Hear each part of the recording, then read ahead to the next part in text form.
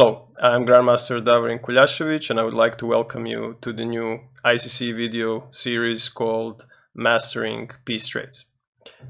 It is often said that a strong player knows which pieces to trade, and what I've observed from my coaching practice is that the lower rated the player is, the more they tend to make mistakes when it comes to evaluating piece trades properly. And if you would like to improve that area of your game, if it's really a problem, or if you just simply like to learn more about piece trades, then this is a good course for you, because we will cover from different angles typical ideas, guidelines, and patterns when it comes to trading pieces. And it's a topic that I feel has been slightly neglected in chess literature. We have many books on pawn play or pawn structures, maneuvering, and so on, but not that many on how to properly trade pieces or how to avoid piece trades. So I hope that this course will help shed light on some of these important topics, because very few things are certain in a chess game, but we know that we will have at least a few piece exchanges that we will have to consider during the game. And if you get deep into the end game, then you'll have to consider many such decisions. And so sometimes trading a wrong piece can even lead to a very bad position or a losing one. And therefore, I think it's a topic that it's very, very much worth studying in more depth.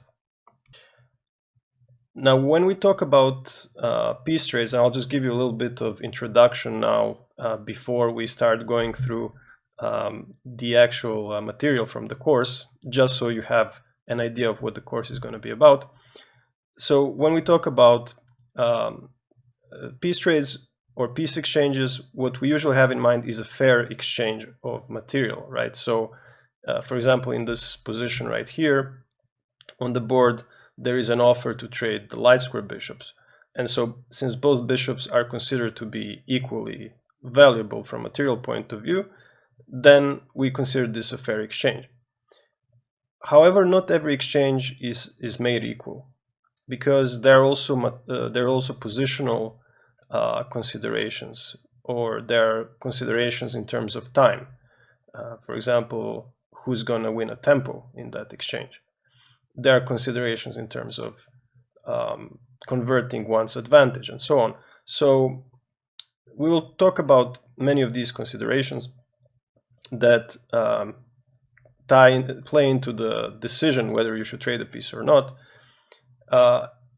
And the idea is that by making the right decision, you are maybe getting an edge over your opponent, or avoiding some disadvantage that your opponent can get in the case you make the wrong decision.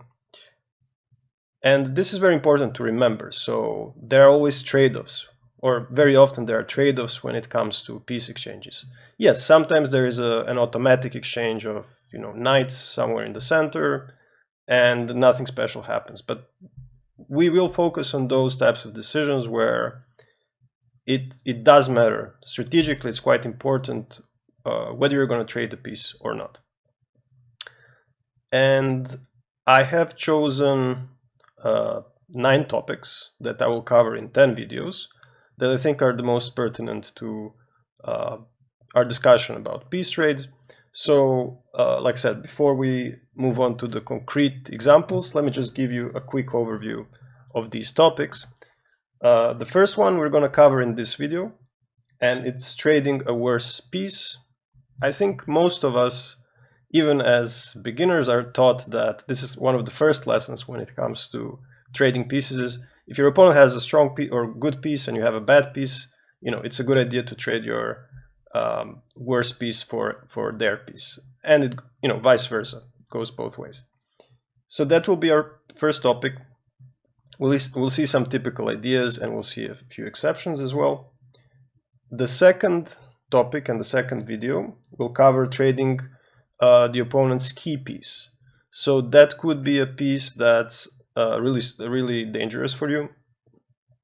It could also be a piece which is the key defender for the opponent. So you have the attack, there's a knight that defends his king, so it makes sense to trade their knight.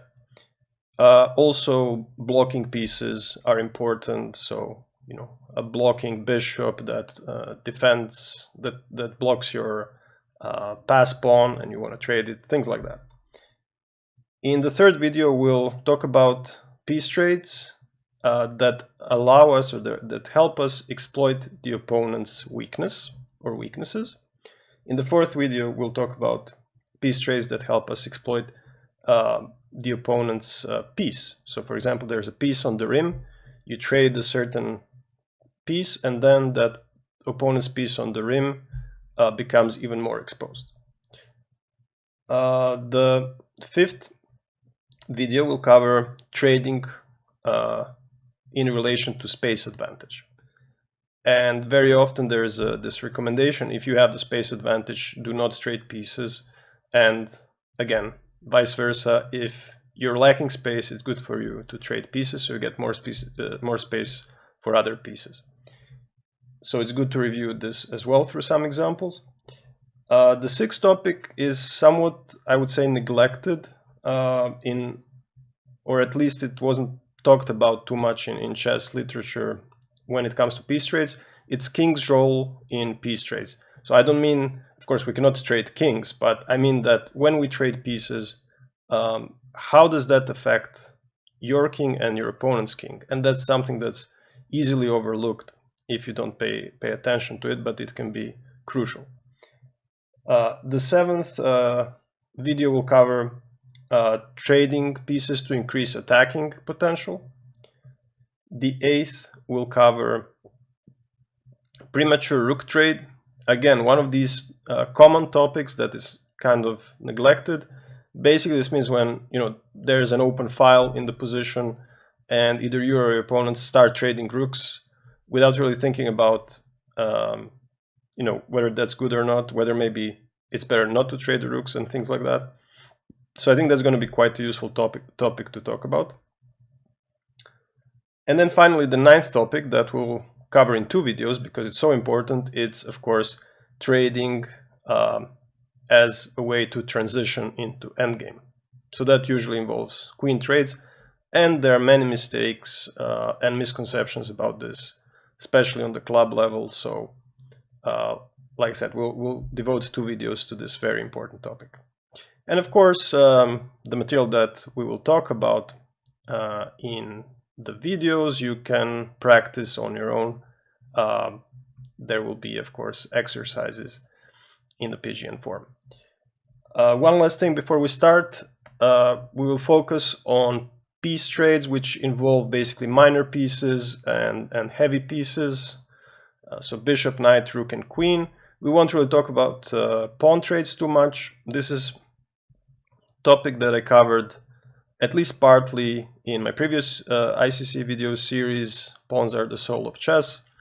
And so this will help us, I think, focus more on this strategic part with the pieces.